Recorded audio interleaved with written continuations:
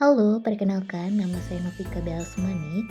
Pada video kali ini saya akan menjelaskan terkait ilmu filsafat pada tema ontologi.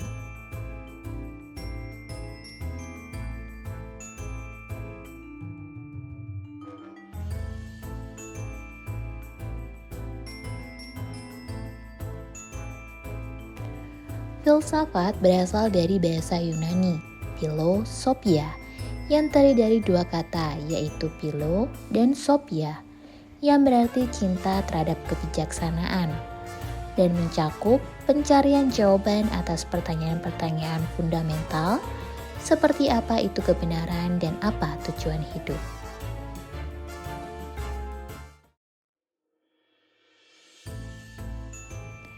Manfaat belajar filsafat yang pertama mendorong kita untuk berpikir kritis, menganalisis argumentasi, dan mengevaluasi asumsi. Yang kedua, membantu kita mengeksplorasi dan memahami pertanyaan-pertanyaan dasar tentang kehidupan, moralitas, dan keberadaan, serta tujuan.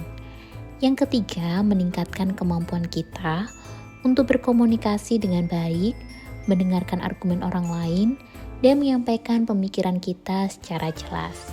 Yang keempat, mempelajari berbagai aliran dan pemikiran filsafat membantu kita agar lebih terbuka terhadap pandangan yang berbeda. Yang kelima, dengan memahami konsep etika dan moral yang beragam dalam filsafat, kita dapat membuat keputusan yang lebih baik dan lebih bertanggung jawab dalam kehidupan pribadi dan profesional.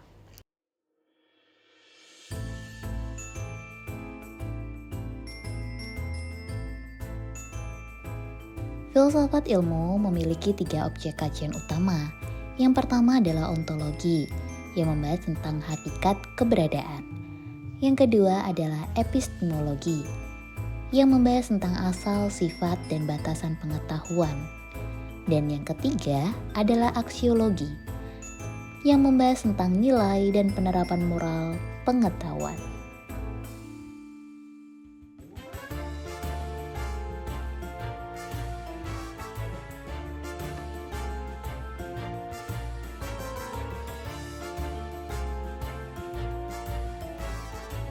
Pengertian ontologi.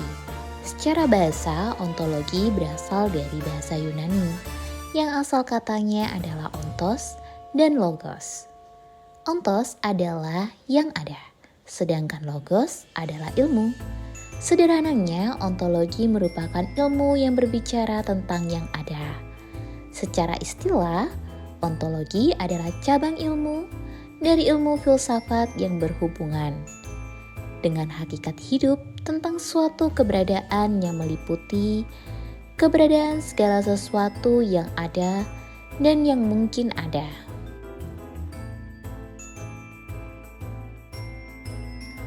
Ontologi menjadi pembahasan yang utama dalam filsafat, di mana membahas tentang realitas atau kenyataan.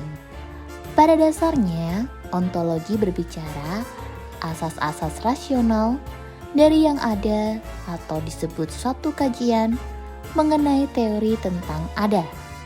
Karena membahas apa yang ingin diketahui dan seberapa jauh keinginan tersebut. Cabang utama metafisika adalah ontologi, studi mengenai kategoris benda-benda di alam dan hubungan antara satu dan lainnya. Ahli metafisika juga berupaya memperjelas pemikiran-pemikiran manusia mengenai dunia, termasuk keberadaan, kebendaan, sifat, ruang, waktu, hubungan sebab akibat, dan kemungkinan. Ontologi merupakan salah satu kajian kefilsafatan yang paling kuno dan berasal dari Yunani. Studi tersebut membahas tentang keberadaan sesuatu yang bersifat konkret. Tokoh Yunani yang memiliki pandangan yang bersifat ontologis ialah seperti Thales, Plato, dan Aristoteles. Karakteristik dari ontologi. Yang pertama, ilmu berasal dari suatu penelitian. Kedua, adanya konsep pengetahuan empiris dan tidak ada konsep wahyu. Ketiga, pengetahuan bersifat rasional, objektif, sistematik, metodologis, observatif, dan netral. Keempat, menghargai asas verifikasi, eksplanatif, keterbukaan, dan dapat diulang kembali. Skeptisisme yang radikal dan berbagai metode eksperimen. Kelima, melakukan pembuktian bentuk kausalitas dan terapan ilmu menjadi teknologi. Ketujuh, mengakui pengetahuan dan konsep yang relatif serta logika-logika ilmiah. Kedelapan, memiliki berbagai hipotesis dan teori-teori ilmiah. Kesembilan, memiliki konsep tentang hukum-hukum alam yang telah dibuktikan. Ontologi ini perlu loh bagi setiap manusia yang ingin mempelajari secara menyeluruh tentang alam semesta ini dan berguna bagi bidang studi ilmu empiris seperti fisika, sosiologi, antropologi, ilmu kedokteran, ilmu budaya, ilmu teknik, dan lainnya. Tiap-tiap pengetahuan memiliki 3 komponen yang merupakan tiang penyangga tubuh pengetahuan yang disusunnya. Komponen tersebut adalah ontologi, epistemologi, dan aksiologi. Ontologi menjelaskan mengenai pertanyaan apa. Epistemologi menjelaskan pertanyaan bagaimana. Dan aksiologi menjelaskan pertanyaan untuk apa. Ontologi merupakan salah satu di antara lapangan-lapangan penyelidikan kefilsafatan yang paling kuno. Ontologi meliputi permasalahan apa hakikat ilmu itu, apa hakikat kebenaran dan kenyataan yang inheren dengan pengetahuan itu, yang tidak terlepas dari pandangan tentang apa dan bagaimana yang ada. Ontologi meliputi permasalahan apa hakikat ilmu itu, apa hakikat kebenaran dan kenyataan yang inheren dengan pengetahuan itu, yang tidak terlepas dari pandangan tentang apa dan bagaimana yang ada.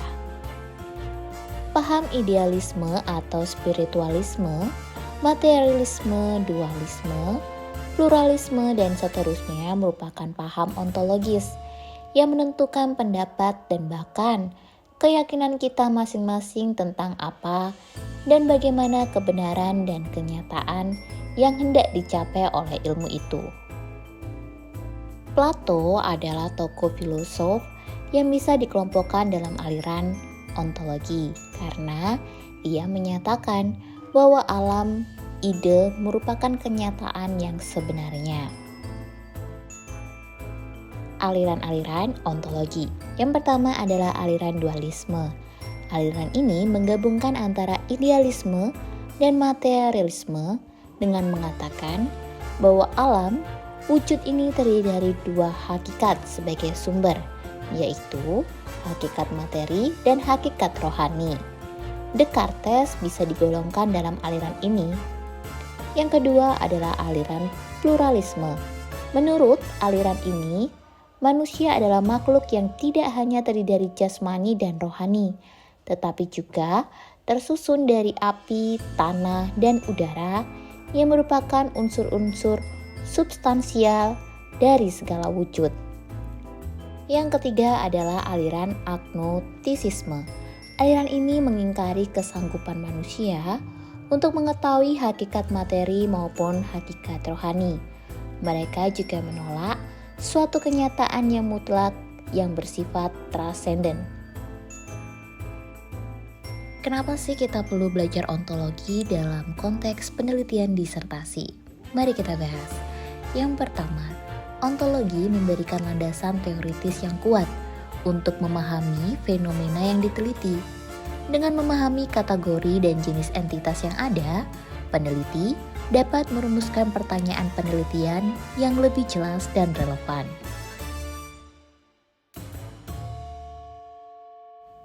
Yang kedua, dalam penelitian, terutama bidang sosial, kesehatan, dan ilmu komputer, ontologi membantu peneliti mendefinisikan dan mengkategorikan konsep-konsep secara sistematis. Hal ini penting untuk menghindari kebingungan dan memastikan bahwa semua pihak memahami istilah yang sama. Yang ketiga, memahami ontologi membantu peneliti dalam merancang struktur penelitian mereka, termasuk pemilihan metode penelitian yang sesuai. Misalnya, penelitian yang berfokus pada entitas atau fenomena tertentu mungkin memerlukan pendekatan metodologis yang berbeda. Yang keempat, ontologi berkaitan erat dengan epistemologi, yaitu studi tentang pengetahuan dan bagaimana kita mengetahui sesuatu. Memahami posisi ontologis dapat membantu peneliti menjelaskan pendekatan mereka terhadap pengetahuan dan bukti dalam penelitian. Ontologi juga berfungsi sebagai alat untuk menganalisis posisi dan asumsi di balik teori dan argumen yang ada. Dengan mengevaluasi perspektif ontologis, peneliti dapat memberikan kritikan yang lebih mendalam terhadap literatur yang relevan. Dengan memahami kerangka ontologis, peneliti dapat lebih baik membangun argumentasi yang koheren dan terstruktur dalam disertasi mereka. Ini termasuk menjelaskan mengapa pendekatan atau model tertentu lebih sesuai untuk menjawab pertanyaan penelitian. Nah, memiliki pemahaman yang mendalam tentang ontologi dapat meningkatkan kualitas dan kedalaman penelitian disertasi. Demikian pembahasan tentang ontologi. Semoga bermanfaat buat kita semua. Terima kasih telah menonton.